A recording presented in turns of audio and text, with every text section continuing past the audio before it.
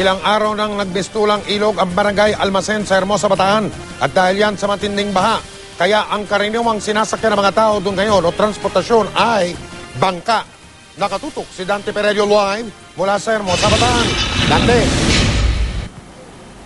Yes, Mike, abot tuhod pa rin nga ang baha sa dalawang barangay dito sa Hermosa, Bataan. Isa naman ang nawawala sa bayan ng Pilar matapos anurin ng malakas na agos sa ilog. Halos isang linggo ng bangka ang gamit na transportasyon dito sa barangay Almacen, Hermosa, Bataan.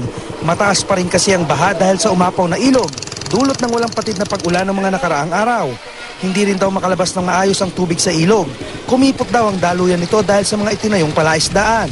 Nawala na po yung waterway, ginawang mga palaisdaan magkabila ng mga illegal fish pond. Kaya ayaw lang mabasa man nila ba yung tubig. Dati dito kami pinanganak. Pagka bumaha ng maga, hapon o kinabukasan, wala na. Ngayon, stagnant yung tubig. Ayaw lumabas.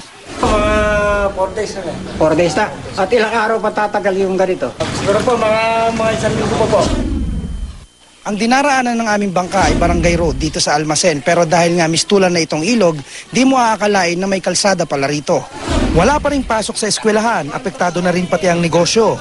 Si Marivic kailangan pang mag-arkila ng bangka para ibiyahe ang paninda. Kaya po, pagka nagtitinda ka, malaki ang pamasahe. Hindi na bawasan pa yung kita niyo? Oo, sa halip nakita mo na yun, bawas po.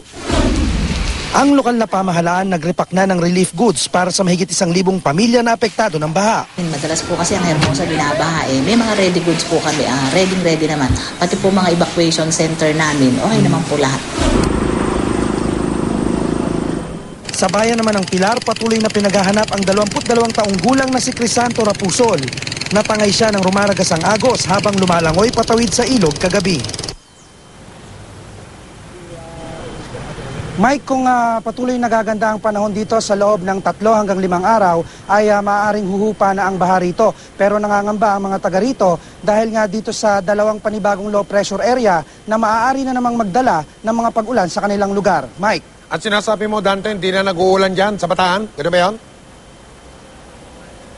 Mike, actually unpredictable yung pag-ulan dito kanina ng tanghali. Akala natin ay magtutuloy-tuloy na yung magandang panahon. Pero kani-kanina lamang, mga bandang alas 3 ng hapon, ay bumuhos na naman ang malakas na ulan.